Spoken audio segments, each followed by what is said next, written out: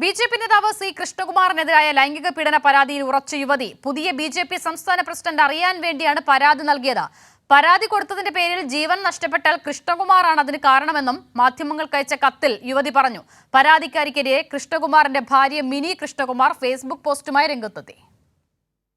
വർഷങ്ങൾക്ക് മുൻപ് കൃഷ്ണകുമാറിൽ നിന്ന് നേരിട്ട ദുരനുഭവങ്ങൾ വിവരിച്ചാണ് മാധ്യമങ്ങൾക്ക് പരാതിക്കാരി കത്തയച്ചത്. പീഡകർ കുടുംബത്തിനുള്ളിൽ തന്നെയാകുമ്പോൾ ചിലപ്പോൾ പീഡനം മറച്ചുവെക്കേണ്ടി വരും. തനിക്കുണ്ടായ ദുരനുഭവത്തിൽ RSS BJP നേതാക്കൾക്ക് പരാതി നൽകിയതാണ്. ഒരു പരിഹാരവും ഉണ്ടായില്ല.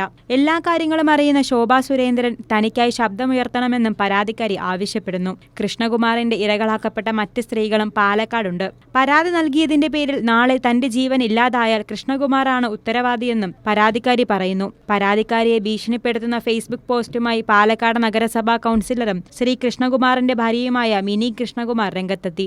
മൂർച്ചയുള്ള ആയുധങ്ങൾ കൊണ്ട് വീശിയാൽ രണ്ടായി മാറുമെന്ന ഓർമ്മ വേണമെന്നാണ് ഭീഷണി. കൈരളി ന്യൂസ്, പാലക്കാട്.